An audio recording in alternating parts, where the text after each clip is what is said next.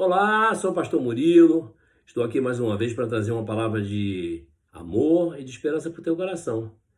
Creia, no nosso bate-papo de hoje, ecoa nos ouvidos as palavras do nosso mestre em Mateus 23:37. Disse o Senhor: Jerusalém, Jerusalém, que matas os profetas e apedrejas os que te são enviados. Quantas vezes quis eu ajuntar os teus filhos como a galinha junta os seus pintos debaixo de suas asas e tu não quisestes. Jerusalém é conhecida como a cidade de Davi, a cidade santa, a cidade de Deus. Cidade que está inserida na história por conta de vários eventos nos quais esteve e está envolvida. No Evangelho de Mateus, capítulo 23, Jesus repreende os líderes religiosos do seu tempo. Quem eram esses líderes? Os mestres da lei, os fariseus, os sacerdotes e todos que não queriam dar ouvidos às palavras do nosso mestre. Podemos dizer que conheciam muito bem as Escrituras, mas não tinham uma revelação pessoal e íntima com Deus. A atitude religiosa impositiva não tem relação com a graça de Deus revelada em Cristo Jesus e não tem nada a ver com relação à intimidade com Deus. Jerusalém se rebelava e se levantava contra os enviados de Deus, matava e apedrejava os que eram enviados por Deus para falar de paz, paz com nosso Deus por meio do arrependimento. Muitos ainda hoje levantam barreiras e criam resistências à pregação do Evangelho, pois o Evangelho fala de metanoia, do arrependimento de pecados, da mudança de caráter, da conversão sincera, da reconciliação com Deus. Nosso mestre disse: Jerusalém, Jerusalém, mas podemos trocar a palavra Jerusalém pelo nosso próprio nome. Mas se o fizermos, devemos confessar que não queremos estar debaixo das mãos libertadoras e protetoras de Jesus. Desde sempre, nosso mestre e Deus e Pai tem proporcionado todas as oportunidades para essas pessoas que não o colocam em primeiro lugar. E quantas vezes Jesus quis protegê-las, libertá-las, guardá-las e orientá-las, mas viram as costas para Jesus e têm impedido o agir de Deus nas suas vidas. Quantas dessas pessoas poderíamos identificar no nosso próprio meio que se recusam a estar debaixo da proteção de Deus? Corta o coração de Deus o desprezo ao chamado do nosso mestre gravado em João 5, 39 e 40. Lá está escrito: examinais as Escrituras, porque vós cuidais ter nelas a vida eterna, e são elas que de mim testificam, e não quereis vir a mim para terdes vida, disse Jesus. A palavra sempre nos manda ir ao mundo, mas jamais ceder e caminhar em conformidade com o mundo.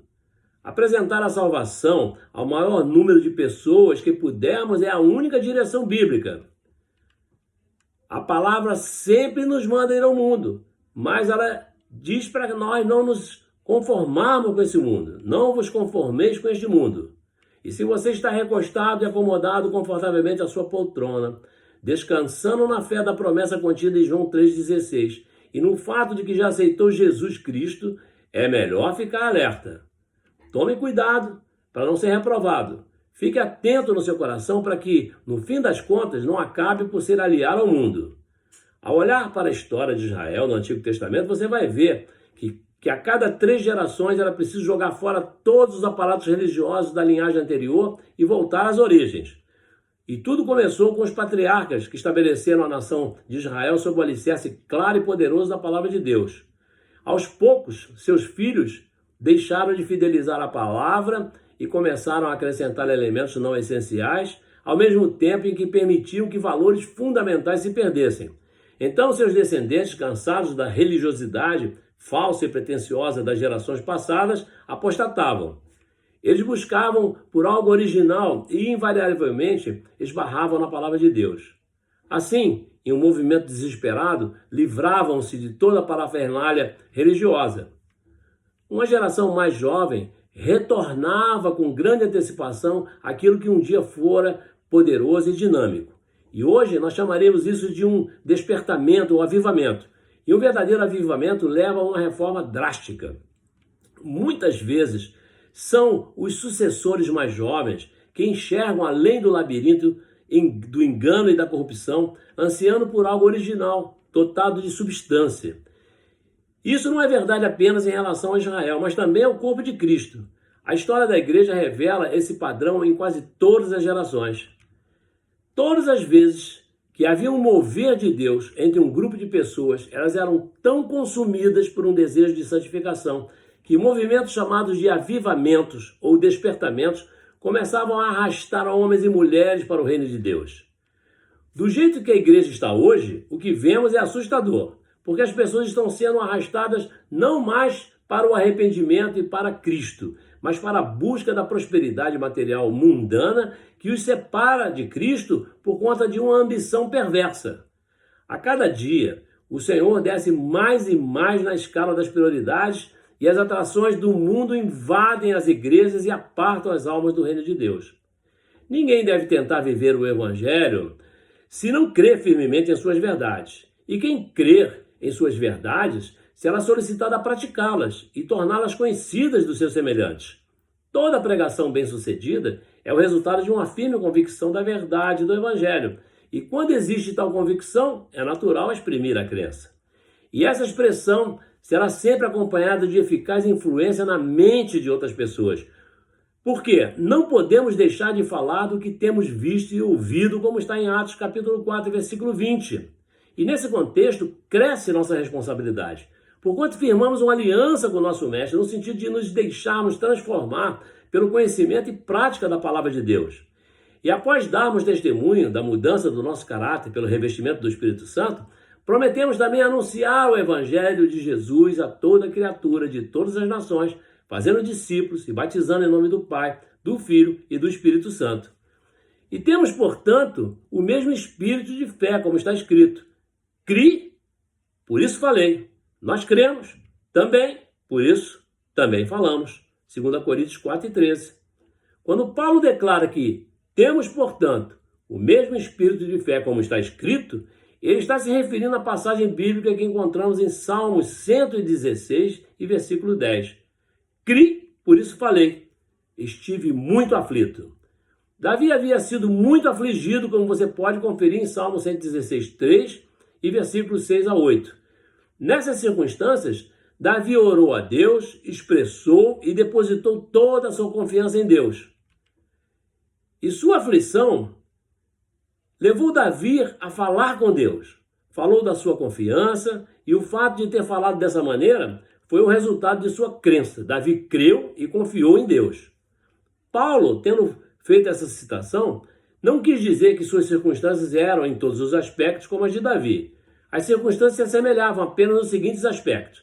Paulo, como Davi, estava vivenciando circunstâncias de provação e aflição. A linguagem usada por ambos foi motivada pela fé. Fé que os levou a expressar os sentimentos dos seus corações. Davi, para expressar sua confiança e crença nas providências que viriam da parte de Deus. Paulo, para expressar sua crença nas gloriosas verdades do Evangelho e falar de um tão grande Salvador ressuscitado e mostrar as consolações que foram assim apresentadas às pessoas no Evangelho. Os sentimentos de ambos expressam a linguagem da fé. Ambos, nas aflições, pronunciaram a linguagem da fé. E Paulo se valeu, nesse episódio, como costumava fazer nos seus escritos. A linguagem do Antigo Testamento como expressão exata dos seus sentimentos e os princípios pelos quais ele os colocou em prática. Importa que tenhamos o mesmo espírito de fé como Davi, quando escreveu em Salmo 116, 10. Cri, por isso falei. Se você crer, então fale também. Eu e você temos que crer que receberemos o cumprimento de todas as promessas de Deus, estando plenamente convencidos da verdade. Qual verdade? Cristo, nosso Mestre. Por isso falamos e testificamos que nossa libertação é dom de Deus, e o Senhor não falha com aqueles que nele confiam por meio de Jesus Cristo. Para Cristo, nada é impossível. Mesmo o coração mais endurecido pode ser transformado. Sem dúvida, a graça divina é irresistível. Entretanto, não esqueça que a Bíblia fala do homem como um ser responsável e diz em Atos 4:20, por que vós sempre resistis ao Espírito Santo? Cristo deseja reunir a humanidade no seu reino, mas não querem ser reunidos. Cristo deseja salvar as pessoas, mas elas não querem ser salvas.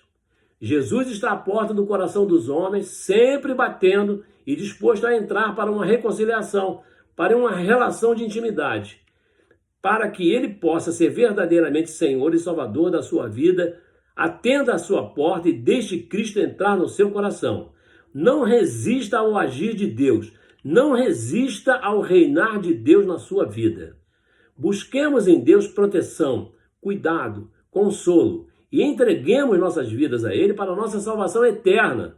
Que Ele reine em nós e sobre nós. Amém. Mas o que diz Romano 10:8? A palavra está junto de ti, na tua boca e no teu coração. Essa é a palavra da fé que pregamos. Pregamos o Cristo crucificado, morto e ressuscitado. E para o que crê, que morreremos com Ele e ressuscitaremos com Ele como novas criaturas.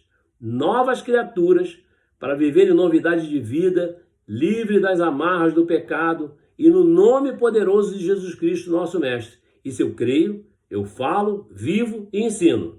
Pregamos o Evangelho mesmo em meio à aflição, ao desânimo, à indiferença, à infidelidade e à falta de compromisso das pessoas, porque creio que Deus nos ressuscitará dos mortos e nos apresentará servos fiéis naquele dia glorioso.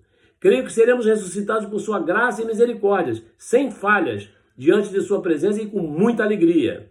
E Jesus responde em Marcos 9:23, se tu podes crer, tudo é possível ao que crer.